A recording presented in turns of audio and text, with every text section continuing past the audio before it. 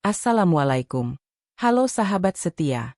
Terima kasih sudah selalu hadir dan setia mendengarkan setiap kisah yang kami bagikan. Semoga yang sudah subscribe, like, dan setia menonton diberi rezeki yang luas, kesehatan tanpa henti, serta kebahagiaan yang tidak pernah putus. Amin ya rabbal alamin. Bayangkan, atasanku, seorang wanita anggun yang selalu tampak sempurna di mata semua orang, tiba-tiba mulai memperlakukanku berbeda dari pegawai lainnya. Tatapannya terlalu lama. Senyumnya terlalu hangat. Tapi satu hal yang membuatku gelisah, ia berkata, semua ini hanya untuk kita berdua, dan tak seorang pun boleh tahu. Sejak saat itu, hidupku berubah. Antara godaan, rahasia, dan rasa bersalah yang terus mengintai. Langit Jakarta pagi itu tampak kelabu, seperti menyimpan rahasia yang belum ingin diungkapkan. Di antara riuhnya klakson dan hiruk-pikuk jalanan ibu kota, seorang pemuda bernama Raka Prasetya, 25 tahun, melangkah keluar dari halte Transjakarta dengan kemeja putih yang baru disetrika semalam dan sepatu hitam yang masih mengilap. Hari ini adalah hari pertamanya bekerja di PT Cakrawala Property, perusahaan besar yang sejak lama hanya bisa ia impikan dari jauh. Napasnya memburu pelan, bukan karena terburu-buru, tapi karena gugup yang merambat dari dada hingga ke ujung jari. Gedung tempatnya akan bekerja menjulang tinggi, kaca-kacanya memantulkan awan abu-abu yang lewat, seolah menatap balik pada setiap langkah kecilnya. Saat melewati pintu putar otomatis, hawa dingin dari pendingin ruangan menyambutnya bersama aroma kopi pagi yang menyeruak dari kafe di lobi. Ia sempat berhenti sejenak, menatap lift kaca yang bergerak naik turun dengan orang-orang bersetelan rapi di dalamnya. Semua tampak percaya diri, berbeda sekali dengan dirinya yang merasa seperti remaja baru masuk sekolah. Setibanya di lantai 15, ia disambut oleh suara riuh pegawai yang sedang menyiapkan presentasi pagi. Seseorang dari bagian HRD mengantarnya ke ruang rapat utama, ruangan luas dengan dinding kaca transparan yang menghadap langsung ke langit kota.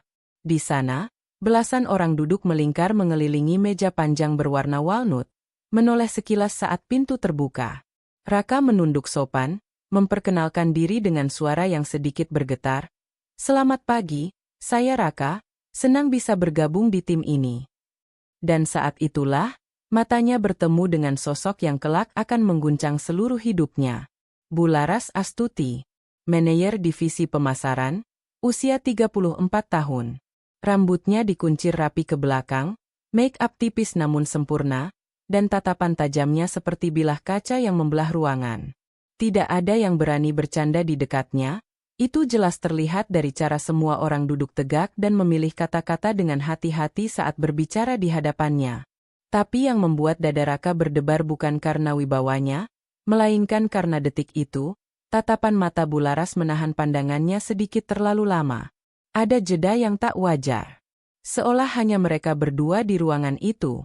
Rapat pagi berlangsung padat.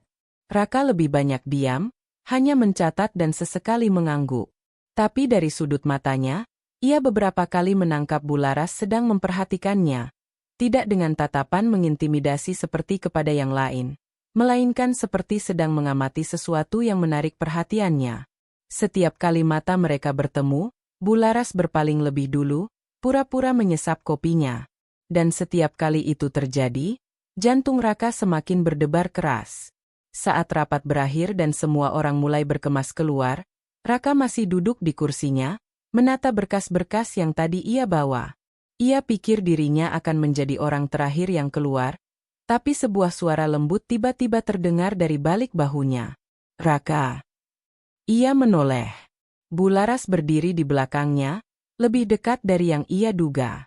Aroma parfum mawar lembut menyeruak samar, mengalahkan bau tinta dan kertas. "Ya, Bu." Raka berusaha terdengar tenang. Bularas menatapnya dalam, matanya redup namun tajam, lalu berkata pelan, "Kamu berbeda dari yang lain." Raka terdiam. Tak tahu harus merespons apa. Kata-kata itu sederhana, tapi terasa seperti petir yang menyambar sunyi di dalam dadanya. Saat ia mencoba mengucapkan sesuatu, Bularas hanya tersenyum tipis, lalu melangkah pergi meninggalkannya yang masih terpaku di tempat duduk. Hari pertamanya yang seharusnya biasa saja, mendadak terasa seperti awal dari sesuatu yang tidak pernah ia bayangkan sebelumnya. Sesuatu yang menggetarkan sekaligus menakutkan. Hujan gerimis turun membasahi jalanan Jakarta malam itu, menimbulkan suara ritmis di atap kos sederhana tempat Raka tinggal. Jam dinding menunjukkan pukul 22.37 saat ia masih duduk di depan laptop, menyelesaikan laporan data pemasaran yang diminta atasannya. Matanya lelah, tangannya kaku, tapi pikirannya terus mengulang-ulang kejadian pagi tadi. Bagaimana Bularas menatapnya dalam rapat, bagaimana suara lembutnya memanggil nama Raka, dan kalimat itu. Kamu berbeda dari yang lain. Raka menggelengkan kepala, mencoba fokus, ketika ponselnya tiba-tiba bergetar. Sebuah notifikasi pesan WhatsApp masuk. Ia mengambil ponsel dengan malas, tapi begitu membaca siapa pengirimnya, matanya langsung membesar. Bularas. Jantungnya seolah berhenti berdetak sejenak. Ia menatap layar, membaca pesan yang hanya terdiri dari satu kalimat pendek. Jangan bilang siapa-siapa. Temui aku di ruang rapat lantai 12. Sekarang. Raka menatap layar itu lama, ragu antara mengabaikan atau menuruti. Tapi rasa penasaran dan gugup bercampur jadi satu, mengalahkan logika. Ia berdiri cepat, meraih jaket, dan dalam waktu 15 menit ia sudah berada di lobi gedung perkantoran yang sebagian besar lampunya telah padam. Lift berbunyi lembut saat membukakan pintu, dan Raka melangkah masuk. Hanya ada bayangannya sendiri di dinding kaca lift saat ia naik. Detak jantungnya berpacu semakin cepat setiap kali angka lantai bertambah. Sesampainya di lantai 12, lorong tampak sunyi, hanya suara dengung AC dan lampu darurat yang sesekali berkelip. Ia berjalan pelan, menahan napas, hingga tiba di depan ruang rapat.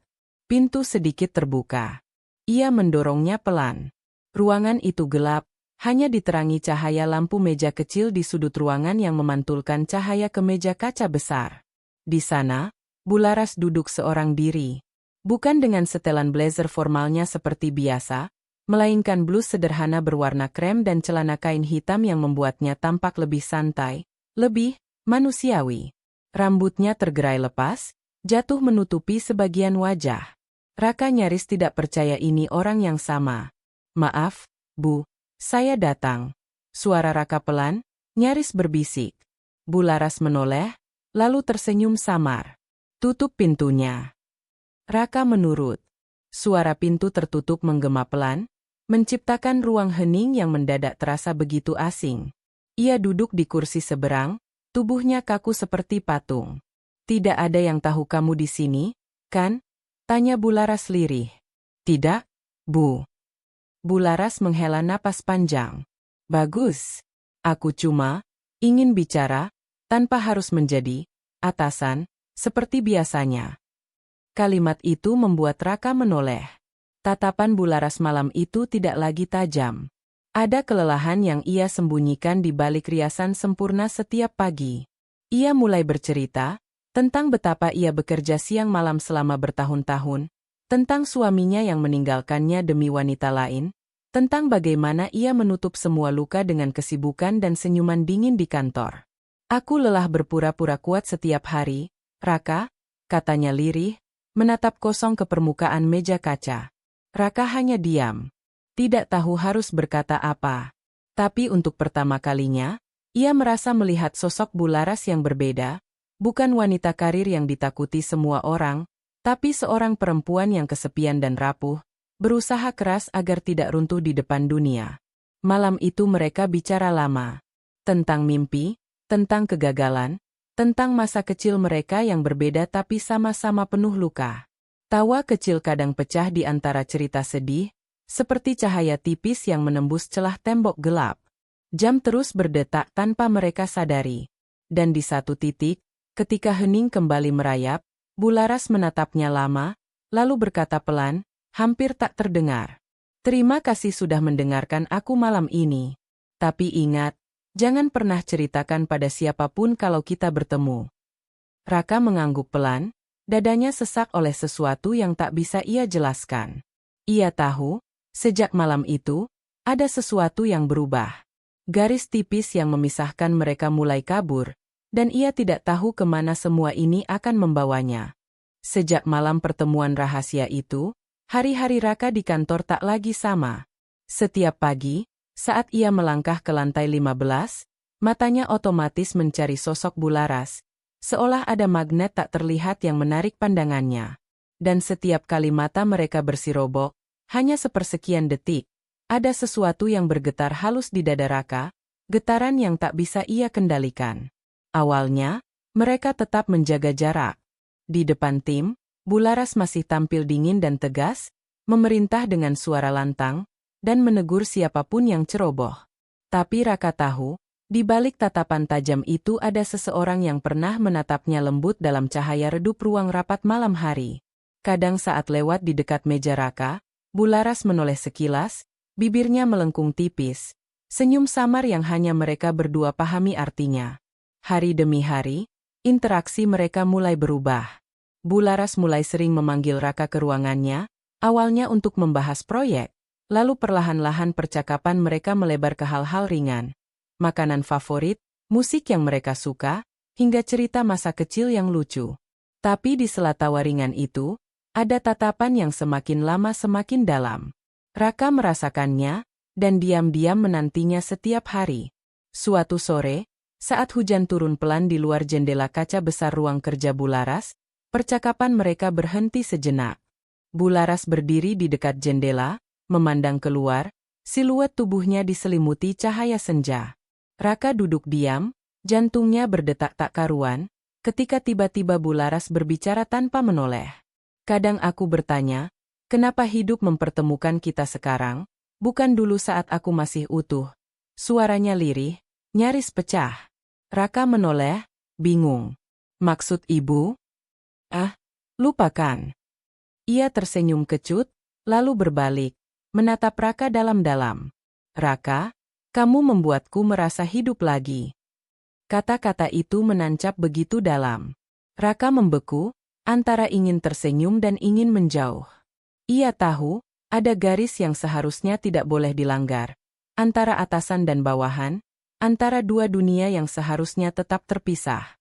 Tapi garis itu perlahan memudar setiap kali mereka berada dalam ruangan yang sama. Hari-hari berikutnya, Bularas mulai memberi perhatian kecil yang tak pernah ia berikan pada pegawai lain. Ia membawakan kopi kesukaan Raka ke mejanya. Ia menutup rapat pintu ruangannya ketika mengajak Raka berdiskusi. Ia bahkan mulai memanggil namanya tanpa embel-embel, Mas, atau Pak, seperti kebiasaan formal di kantor.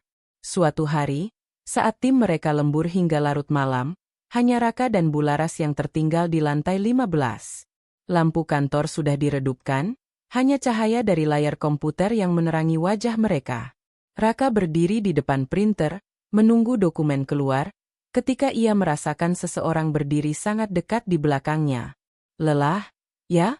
Suara Bularas pelan, hangat di telinga.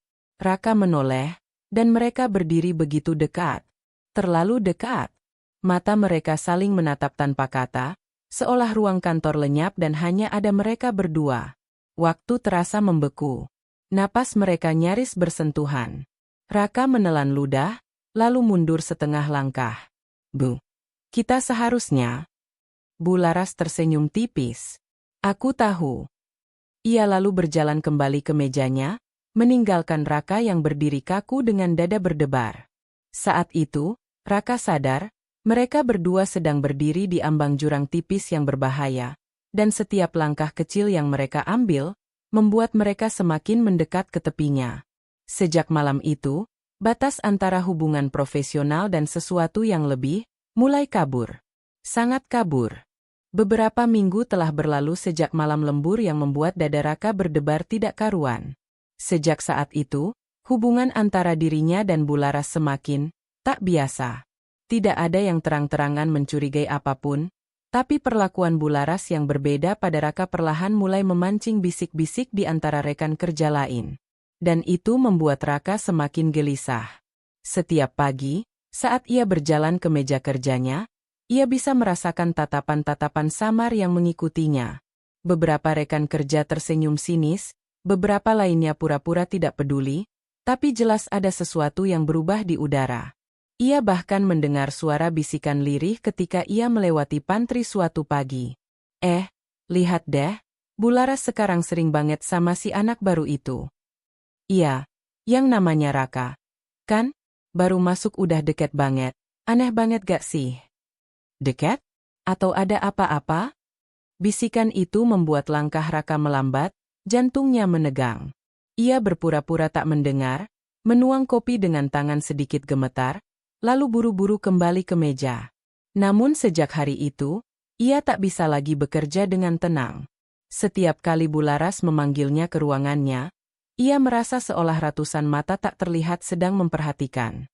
Sore itu, saat ia sedang fokus mengetik laporan, sahabat sekaligus rekan satu timnya, Adit, menarik kursi ke sampingnya.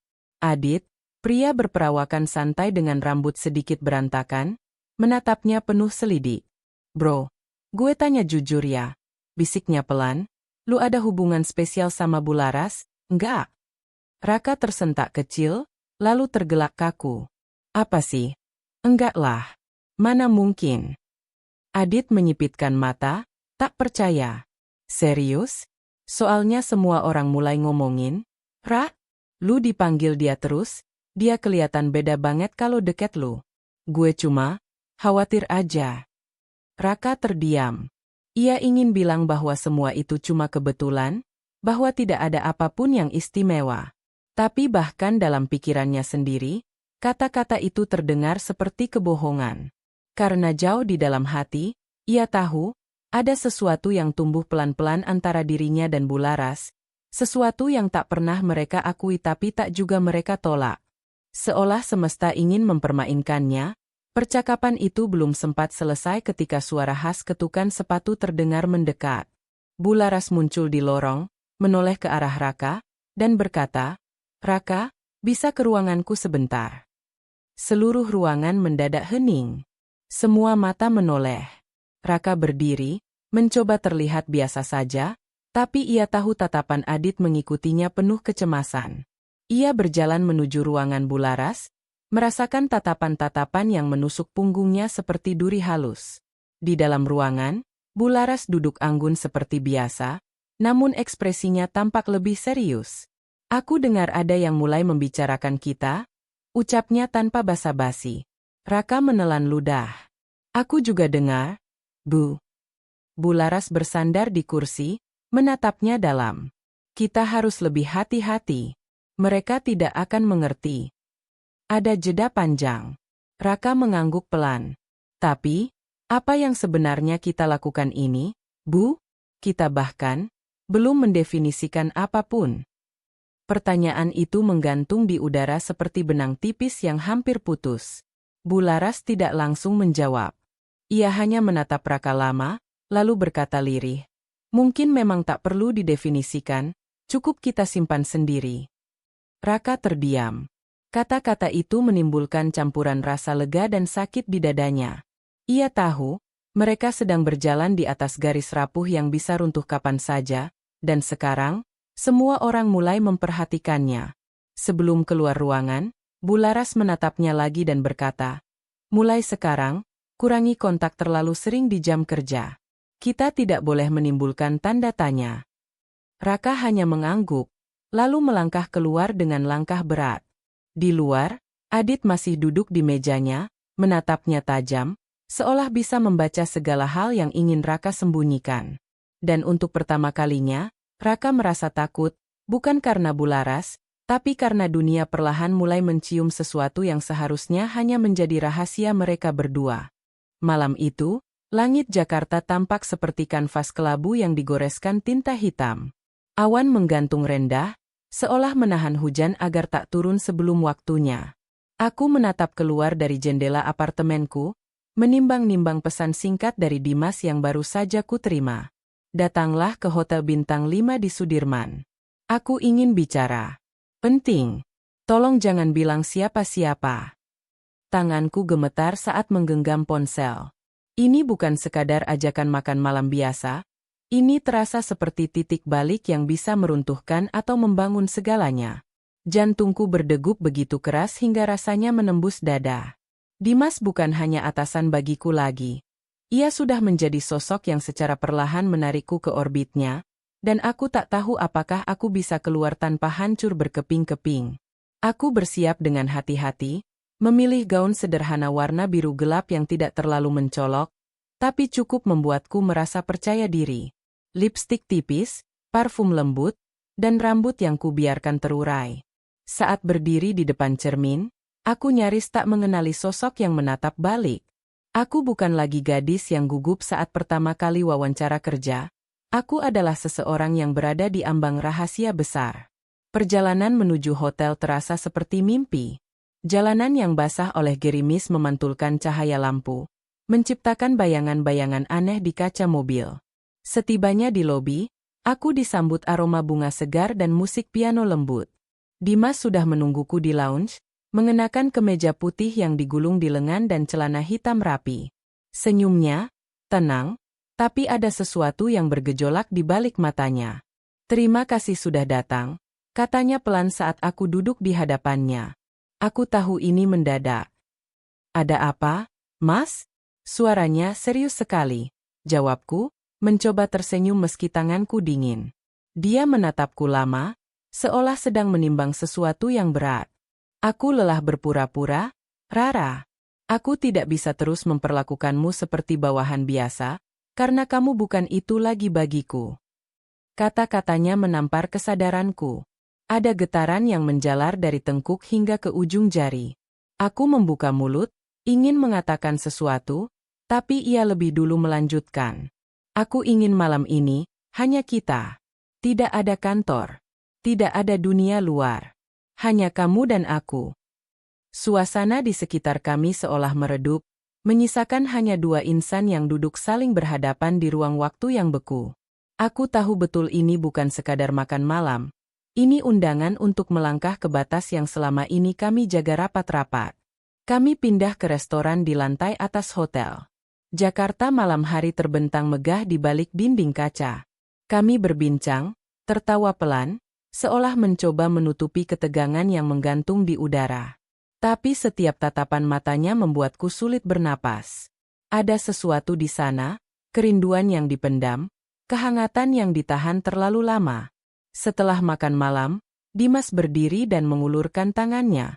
Aku ingin menunjukkan sesuatu. Aku mengikutinya ke balkon pribadi yang menghadap kota. Angin malam menerpa rambutku. Lampu-lampu kota berkelip bagai bintang jatuh. Dia berdiri di sampingku, lalu perlahan mendekat, jarak kami semakin rapat hingga aku bisa merasakan detak jantungnya. "Rara?" Suaranya nyaris seperti bisikan. Aku tahu ini gila. Tapi aku sudah jatuh terlalu dalam. Waktu berhenti ketika ia memegang tanganku. Hangat, tegas, tidak ragu. Jantungku berdetak seirama dengan debarannya. Dalam keheningan itu, aku tahu bahwa apapun yang terjadi setelah malam ini, tak akan ada jalan kembali ke titik semula. Saat bibirnya perlahan menyentuh bibirku, sebuah petir menyambar di kejauhan, memecah langit. Hujan turun deras seolah ikut menandai awal dari badai yang akan datang. Aku menutup mata, membiarkan diriku larut. Untuk pertama kalinya, aku tak melawan. Kami tidak berkata apa-apa lagi. Hanya berdiri berdua di balkon, membiarkan hujan membasahi kami.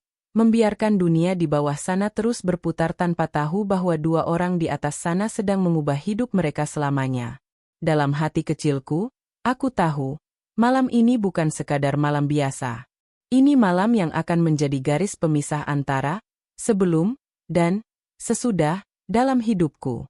Pagi setelah malam itu, dunia terasa berbeda. Matahari tetap terbit di atas langit Jakarta, kendaraan tetap saling berkejaran di jalan, dan orang-orang tetap berjalan terburu-buru dengan wajah lelah. Tapi bagiku, segala sesuatu tampak seperti bayangan. Seolah aku berjalan di antara dua dunia, satu yang tampak nyata di luar, dan satu lagi yang bergejolak di dalam dadaku.